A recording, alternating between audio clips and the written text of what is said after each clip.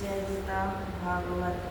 हे राजन, इसी प्रकार तुर्वसु, ध्रुवाहु तथा अन्यों ने भी राजा ययाति को पूरा उत्तर दे दिया। तब राजा ययाति ने अपने सबसे छोटे पुत्र को बुलाकर उससे उसकी आयुवस्था मांगी। पुरु ने कहा कि हे पिताजी, यह शरीर आपसे ही उत्पन्न हुआ है। आपकी कृपा से ही मुझे उत्तम लोगों की प्राप्ति हो सकती है। मैं आपके ऋण से कभी उऋण नहीं हो सकता हूँ।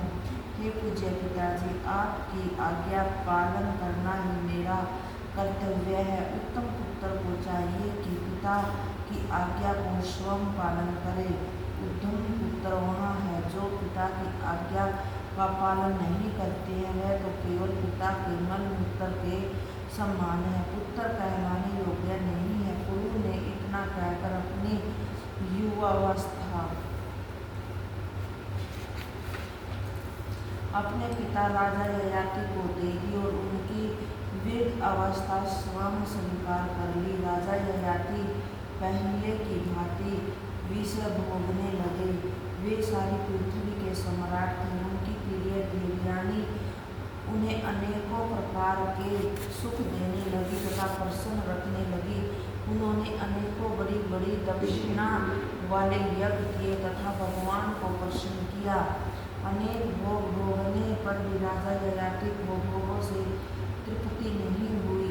श्री सुखदेव जी बोले कि हे परीक्षित, राजा ययाति ने इस प्रकार 1 सहस्त्र वर्ष तक अपनी पत्नी देवयानी के साथ विषम भोग किया, किंतु उसे फिर भी तृप्ति न होने पर उन्होंने घृणा हो गई। उन्हें तीव्र वैराग्य उत्पन्न हो गया। विषय भोगों से मुंह फेर लिया। वे अपनी पत्नी देवयानी से बोले, हे प्रिय, तुमने मुझे अपने प्रेम पास में इस प्रकार फंसा लिया कि मेरा निकलना उससे अति कठिन हो गया है। मैं सदा विषय भोगों में ही फंसा रहा। इस विषय में मैं तुम्हें एक कथा सुनाता हूँ। एक वन में एक बकरा था, वह अति कामी था। उसने एक कुएं में पड़ी हुई एक बकरी देखी। उस कामी बकरी ने उसे बाहर निकाल लिया और उसके साथ विहार करने लगा। जब अन्य बकरियों ने देखा तब वे भी उसे प्रेम करने लगी। वह कामी बकरा उसके साथ विषय भोग करने लगा। जब उस बकरी ने देखा कि उसका पति बकरा अन्य बकरियों के साथ भी विहार करता है, तब अपने पालने वाले के पास गई।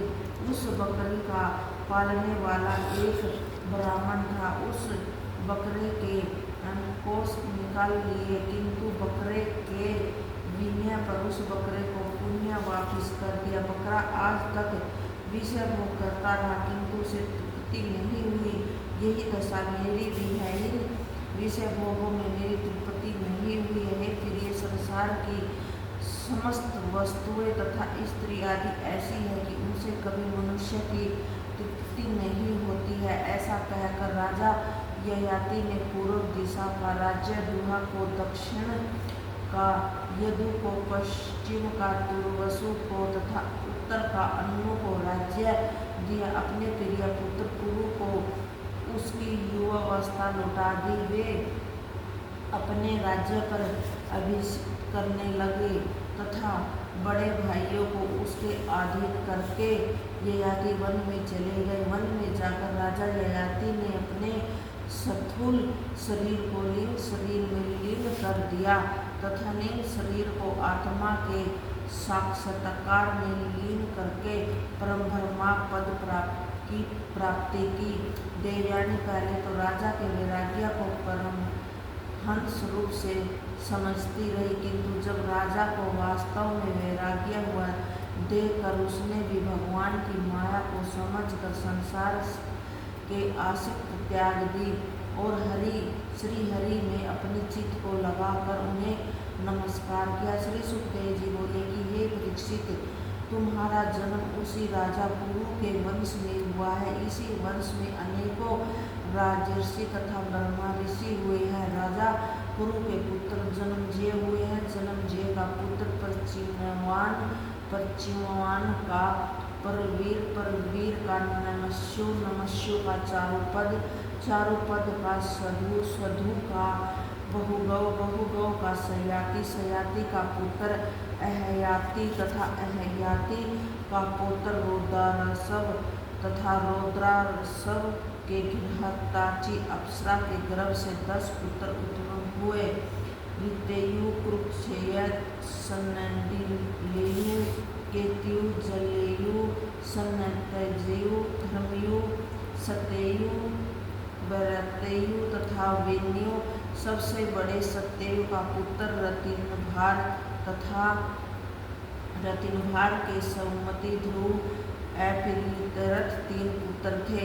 अप्रियतीर्थ के पुत्र कव था। कव का पुत्र मेघातिथि था। इसी मेघातिथि से प्रसन्नव आदि ब्राह्मण प्रकट हुए। सुमति का पुत्र रेम्भ्य था तथा उसी से रेम्भ्य के पुत्र महाराजा दुष्यंत थे। एक समय महाराजा दुष्यंत आखेट करते हुए कौनव ऋषि के आश्रम पर पहुँचे। वहाँ पर उन्होंने लक्ष्मी के समान अति सुंदर कन्या देखी। उससे मोहित होकर उन्होंने उस कन्या से, जिसका नाम शकुंतला था, गंधर्व विवाह कर लिया। उसके गर्भ से राजा भरत उत्पन्न हुए। उन्हीं भरत के नाम से यह देश भारतवर्ष कहलाया है। परीक्षित, दुष्यंत की मृत्यु के पश्चात वह भरत चक्रवर्ती सम्राट हुए। उन्होंने गंगा सागर से लेकर गंगोत्री तक अश्वमेध यज्ञ किए। इसी प्रकार प्रयाग से लेकर यमुनोत्री तक, यमुना तट तक अश्वमेध किए। उन्होंने इतनी गौएं दान की कि 1000 ब्राह्मण में से प्रत्येक को 13,084 गायें मिली। उन राजा भरत ने 133 अश्वमेध यज्ञ करके सभी राजाओं में श्रेष्ठता प्राप्त की और उन्होंने 14 लाख हाथी दान किए। राजा भरत ने अपनी विजय में किरात, हुण, यवन, अंध, कंखस, संग और मलेश आदि सभी को पराजित किया था। राजा भरत ने रसातल में ले जाई गई देवकन्याओं को अप्सराओं से छुड़वाया था। उन्होंने 23,000 वर्ष तक पृथ्वी का एक अक्षत्र राज्य किया। राजा भरत के 3 पत्नियां थीं। राजा भरत ने उनसे पुत्र उत्पन्न किए, किंतु यह कह दिया कि ये पुत्र मेरे अनुरूप नहीं है। तब उन्होंने सम्राट भरत को त्याग देने के भय से उन बच्चों को मार डाला। तब राजा भरत ने संतान के हेतु मरुतोम नाम का यज्ञ किया, जिससे मरुतगण प्रसन्न हुए और उन्होंने भारद्वाज नाम का पुत्र राजा भरत को दिया। राजा भारद्वाज की उत्पत्ति का वर्णन इस प्रकार है कि एक समय बृहस्पति जी ने अपने भाई उत्तयक की पत्नी जो गर्भवती थी उससे मैथुन करना चाहा। उस समय के गर्भ से जो बालक था उसने मना किया, किंतु बृहस्पति जी ने उसे अंधा होने का श्राप दे दिया और बालपूर्वक गर्भधान किया। किंतु उत्तयक की पत्नी उस दूसरे बालक के गर्भ में आने से डर गई कि कहीं मेरा पति मुझे त्याग न दे। तब उसने बृहस्पति जी के उस लड़के को त्यागना चाहा। तब बृहस्पति जी ने कहा कि यह पुत्र मेरा औरस तथा उत्तयक का अक्षत्रिय होने से द्वाज है, इसका भरण पोषण कर। इसलिए उसका नाम भारद्वाज पड़ा। उस लड़के को माता पिता दोनों ने ही परस्पर के विवाद के कारण त्याग दिया। तब मरुदगणों ने उसका पालन किया। जब राजा भरत का वंश नष्ट होने लगा तब उन मरुदगणों ने भारद्वाज को राजा भरत को दे दिया। वही राजा भरत का उत्तक पुत्र कहलाया। श्री सुखदेव बोले कि हे परीक्षित, उस भारद्वाज का पुत्र मन्यु हुआ। मन्यु के 5 पुत्र थे, बृहदक्ष, जय, महावीर्य, नर तथा गरग। नर के पुत्र का नाम तथा संस्कृति के गुरु और रतिदेव 2 पुत्र थे। रतिदेव प्रारंभ के अनुसार जो मिलता था उसी को स्वीकार करते थे और धनोपार्जन का कोई उपाय नहीं करते थे। जो कुछ उनके पास होता था उसी को दूसरे को दान दे देते थे।